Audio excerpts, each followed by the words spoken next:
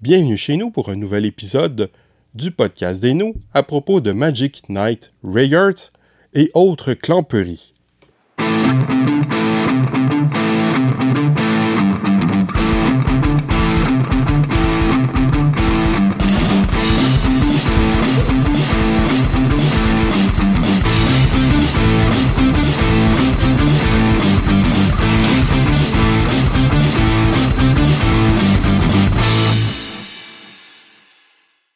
Après avoir étendu récemment un épisode du podcast des nous sur Mazin Kaiser à la carrière de Go Nagai, je veux profiter de l'opportunité d'avoir fini de regarder les animés de Magic Knight Rayart pour parler un peu de Clamp.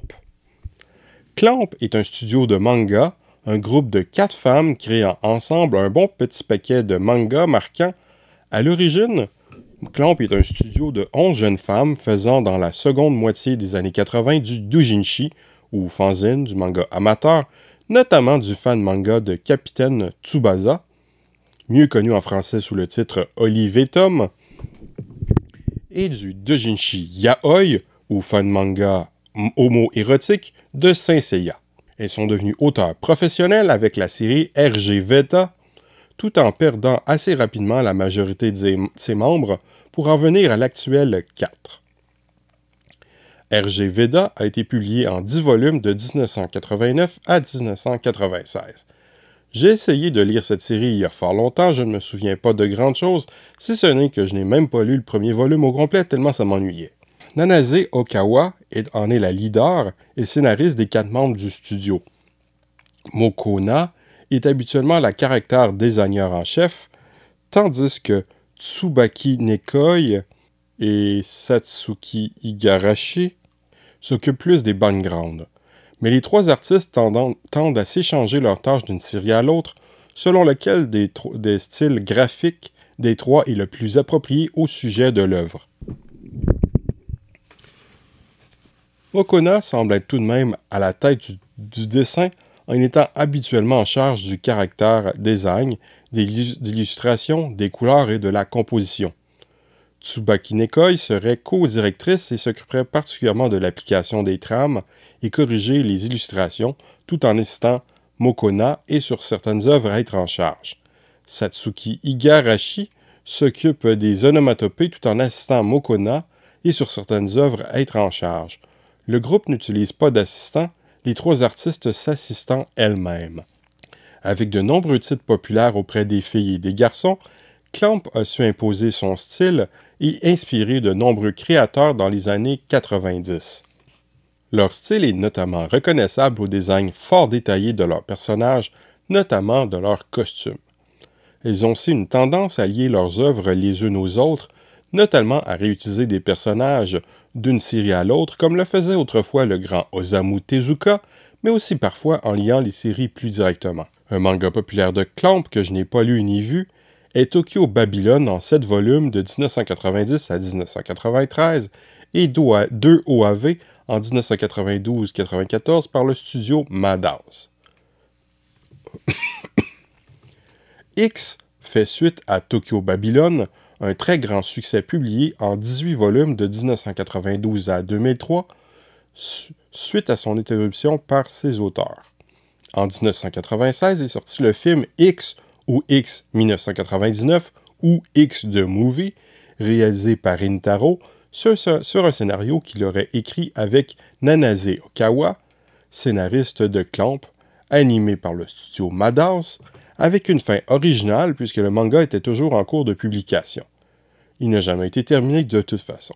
Ce film est bel et bien un film de Clamp, on reconnaît le genre d'éléments visuels qu'elles utilisent, mais on est très loin de Magic Knight Rayart et Cardcaptor Sakura. Ce film est clairement pas pour les enfants, avec quelques moments violents. Ce film est bel et bien aussi un film de Rintaro, très stylisé et adapté en un seul film, une longue série, avec une tonne de personnages en méga ultra résumé, pas toujours parfaitement compréhensible, avec un paquet de personnages rapidement introduits et pas véritablement approfondis. Mais ce n'est pas vraiment un mal, le film est ultra stylé, cool, très joli visuellement, divertissant dans une certaine mesure, tout en ayant quelques moments forts en émotion. Le film est pas mal une succession de combats bizarres, de visions prophétiques apocalyptiques et de blabla autour de cette vision. On comprend éventuellement, avec possiblement l'aide de la série, il y a les dragons du ciel et les dragons de la terre qui doivent se battre pour sauver l'humanité et ou la terre. Un groupe ayant une voyante du futur dans ses rêves, l'autre sa sœur qui peut voir les rêves prémonitoires de la première. Affrontement qui ira de l'avant avec l'arrivée du héros Kamui, voulant protéger ses amis d'enfance, un frère et une sœur. Celui-ci aura à choisir quel groupe il veut rejoindre, ce qui n'est pas si simple. Pour ceux qui se souviennent, j'ai un système de notes qui est sur 5. Je donne un 5 à un chef-d'œuvre, un 4 à une œuvre qui se démarque particulièrement, un 3 à un divertissement honnête, un 2 à une œuvre moyenne, un 1 à une œuvre mauvaise, et un 0 à une nullité absolue, telle que la performance de notre gouvernement provincial au Québec actuellement. Je serais pas surpris que ça soit d'actualité le jour où on va voir un gouvernement différent. Donc le film de X se mérite selon moi une note de 3 sur 5. C'est un divertissement tout à fait honnête.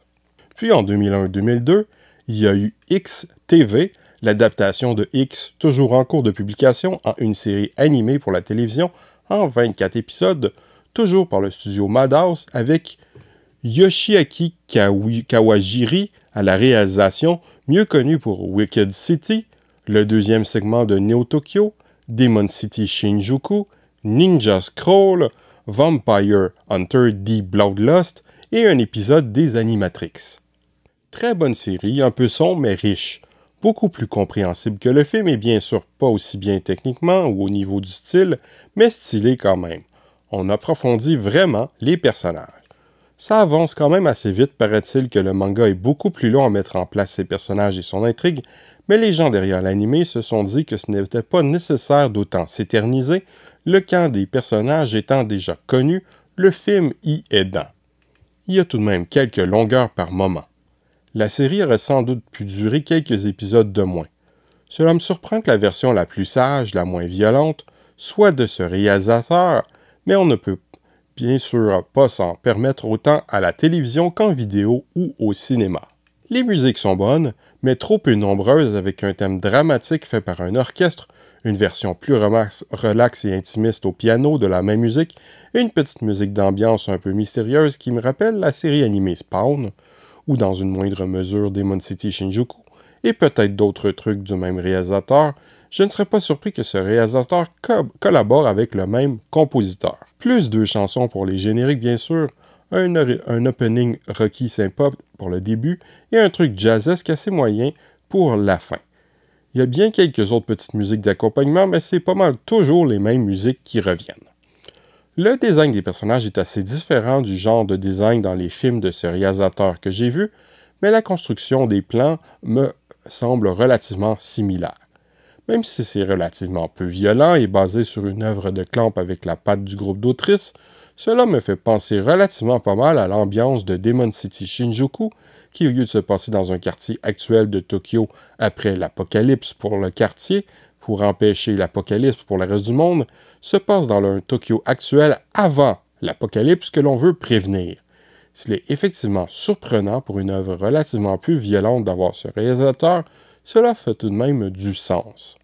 Je donnerais donc à cette série une note de 4 sur 5. C'est vraiment excellent, à mon avis, meilleur que le film, même si le film était très, très amusant. Il ne faut pas trop s'en faire avec les spoilers d'avoir vu une version avant l'autre. Le film est sorti avant la série, mais je l'ai vu après sans aucun problème. Par la décision des membres de Clamp, chaque version a sa propre fin différente. Le manga n'aura sans doute jamais de fin, mais nous ne sommes pas abandonnés sans rien puisqu'il y a les 2 fins animées. On peut très bien aussi choisir que la fin ne sera jamais décidée puisque le manga a été abandonné avant la fin. Les versions animées s'étant toutes deux terminées avant la fin de l'œuvre originale. Maintenant, pour passer à quelque chose de complètement différent, surtout, il y a eu Magic Knight Rayart, publié en 6 volumes de 1993 à 1996, qui a été adapté en 2 saisons, totalisant 49 épisodes en 1994-95 et 3 OAV de 45 minutes, chacun en 1997, animé par TMS Entertainment. Je n'ai pas lu le manga, je base donc mon avis sur les animés.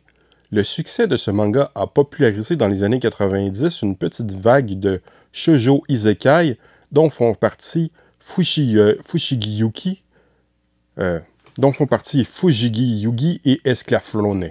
Bon, Fushigi Yugi a commencé sa publication un peu avant, mais le succès de Magic Knight Rayard a sûrement contribué au succès de cette dernière série et son éventuelle adaptation animée, tandis qu'Esclaflowne est beaucoup plus récent et un sommet. Donc, l'idée d'une fiction où les personnages vont dans un autre monde, l'isekai, n'est certes pas une idée nouvelle. Il suffit de penser au Magicien d'Oz ou bien à Alice au Pays des Merveilles, mais le succès de Magic Knight Rayard poussera un peu les Japonais à utiliser plus ce sujet pendant quelques années, néanmoins bien peu en comparaison avec la vague actuelle d'isekai qui pleut depuis le succès de Sword Art Online, une vague qui n'a strictement rien à voir avec Magic Knight Rayard, la série de clans ne présentant pas un personnage généralement réincarné dans un autre monde où il est ultra puissant et où toutes les femmes lui tombent dans les bras comme échappatoire à notre triste réalité, mais plutôt un groupe de 3 filles qui sont appelées dans un autre monde afin de réaliser une quête pendant lesquelles elles vont progressivement acquérir des pouvoirs et bien sûr au final faire évoluer les personnages pour quand ils reviendront dans notre monde. La série commence bien sûr avec des étudiantes de plusieurs écoles en visite à la tour de Tokyo, endroit abondamment utilisé dans les séries de Clamp. Pour ceux qui ne la connaissent pas, c'est une tour au design copié sur la tour Eiffel, mais en plus grand et en rouge et blanc. Elles sont amenées dans l'autre monde où elles auront éventuellement à combattre celui qui a enlevé la grande princesse qui, par ses prières constantes, permet au monde de continuer d'exister. Pour y parvenir, elles devront dans un premier temps acquérir des armes magiques et plus tard éventuellement contrôler des mechas. Une petite créature mignonne va les guider. La série suit en général un schéma classique avec une suite d'épisodes relativement indépendants les uns des autres, où nos héroïnes devront affronter l'obstacle, le monstre ou l'adversaire de l'épisode. Les héroïnes sont un peu plus travaillées qu'on aurait pu croire, elles ne sont pas juste unidimensionnelles. La fin, ou ce qui devait être la fin, diffère pas mal de ce à quoi on s'attendait, ce qui n'est pas un mal, du moins dans l'immédiat, à la fin de la première saison ou du 3e volume du manga.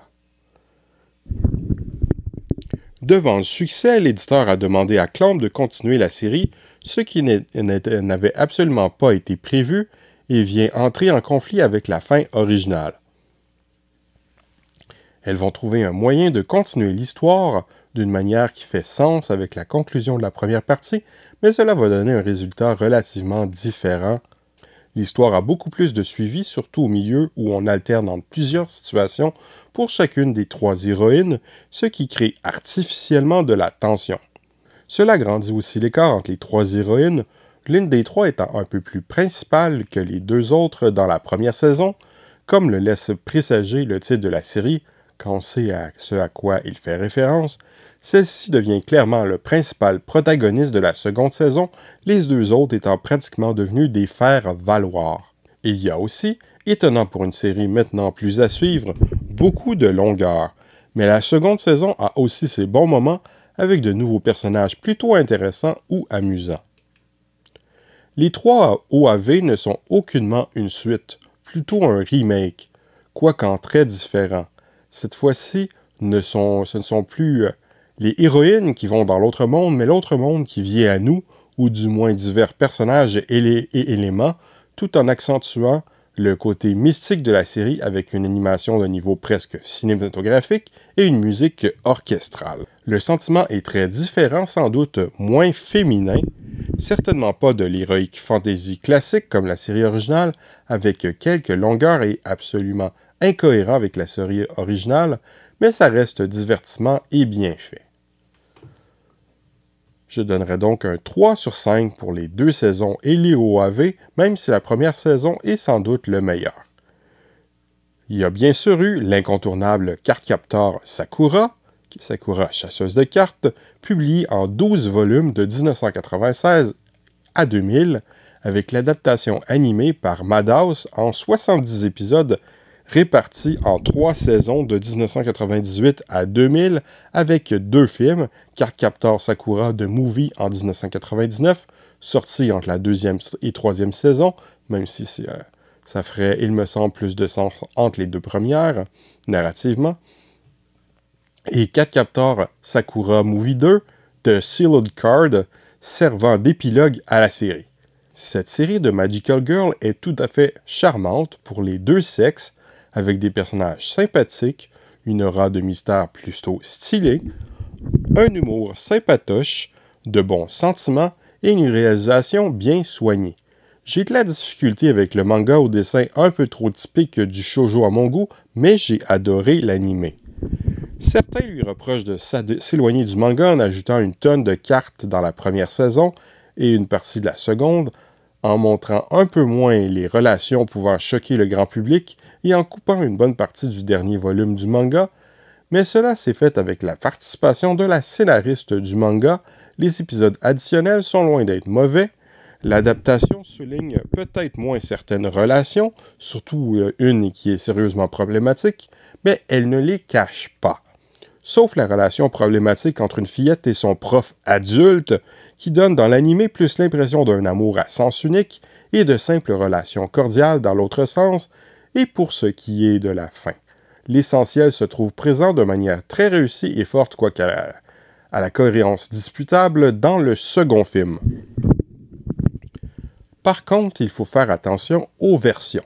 Si la version française est relativement fidèle à la version originale, mis à part le changement de nom des personnages pour des noms plus français, à l'exception de Sakura, il existe une version anglaise qui dénature complètement la série en tant que Cardcaptors, qui coupe un paquet d'épisodes, essaie de donner une importance égale à Sakura et Shaolan Lee, Lionel en français, et change la personnalité de Sakura. Il existe aussi en français des génériques différents des originaux ou d'une simple traduction des originaux, avec l'infâme truc Eurodance de Froggy Mix, heureusement jamais diffusé au Québec, et spécifiquement au Québec, le générique de la première saison avait été remplacé par la réutilisation de la séquence de rêve du premier épisode avec le titre de la série Incrusté. Ce qui est sans doute une bonne idée pour donner envie à un public masculin tel que moi à l'époque, qui aurait sans doute fui avec le générique original. À mon avis, Sakura chasseuse de cartes se mérite une note de 4 sur 5, c'est vraiment excellent. Avec Angelic Layer en 5 volumes de 1999 à 2001, adapté en animé de 26 épisodes par le studio Bones en 2001, Clamp cherche cette fois-ci à s'adresser directement à un public de garçons avec une série sportive autour d'affrontements de poupées mécanisées, contrôlées mentalement par leur propriétaire. C'est un divertissement correct, mais je n'ai vu que la version animée, à laquelle je donne une note de 3 sur 5. Avec Chobits en 8 volumes de 2000 à 2002 et adapté pour la télévision en 27 épisodes en 2002 par Madhouse, Clamp cherche maintenant à s'adresser à un public de jeunes adultes avec du seinen. J'ai eu énormément de difficultés avec le manga, mais l'anime passe très bien, c'est supposé se passer dans le même univers qu'Angelic Layer, il me semble, un monde vaguement futuriste où il y a des persocoms, des ordinateurs personnels avec une forme humaine. Le personnage principal est un étudiant du collège qui aimerait bien avoir un persocom, mais qui n'a bien sûr pas les moyens. Mais il va tomber sur un persocom dans les vidanges. Il va réussir à la redémarrer après avoir trouvé son bouton power bien caché dans un orifice, mais celui-ci se révèle amnésique. Il va donc essayer de lui apprendre un peu tout. Je donnerai donc à Chobits une note de 3 sur 5 pour la version animée. Le manga, je suis pas trop fan, ça va rester du 2/5. Clamp va décider de se lancer dans du multivers qui relie ensemble différentes séries avec XXX Holic en 23 volumes inachevés de 2003 à 2017, adapté en 37 épisodes et 4 OAV par Production IG de 2006 à 2008, et Tsubasa Reservoir Chronicle en 28 volumes de 2003 à 2009, adapté en 52 épisodes par B-Train en 2005-2006. Je n'en ai rien vu, moyennement intéressé par un trip mélangeant deux séries, l'une interrompue au profit de l'autre, éventuellement abandonnée, dont aucune adaptation n'est complète, et ce malgré la curiosité de l'utilisation de Sakura et Lionel dans la seconde série. Depuis 2016, Clamp fait Cardcaptor Sakura Clear Card, une suite à Cardcaptor Sakura, déjà presque aussi longue que la série originale alors que celle-ci faisait 2 arcs. Madras a produit une saison de 22 épisodes en 2018 et un OAV préquel en 2017, à l'utilité questionnable, celui-ci étant, paraît-il, une adaptation de la portion manquante du manga original, alors que l'adaptation animée ferait suite aux anciens animés et non au manga original, en acceptant les différences de l'adaptation. Je ne l'ai pas vu, je préfère attendre que ça soit terminé, et même encore mieux, que l'adaptation animée soit continuée jusqu'à la fin, et pourquoi pas, soyons fous, un doublage français avec le casting de la première série. Clamp a bien évidemment fait plusieurs autres mangas, mais j'ai préféré m'attarder aux titres incontournables, notamment ceux que j'ai vus. Magic Knight Rayarts n'est peut-être pas mon œuvre préférée de Clamp, c'est loin de X et Sakura, mais ça reste une série très amusante et un titre très marquant dans l'industrie japonaise. Sur ce, au revoir et à bientôt.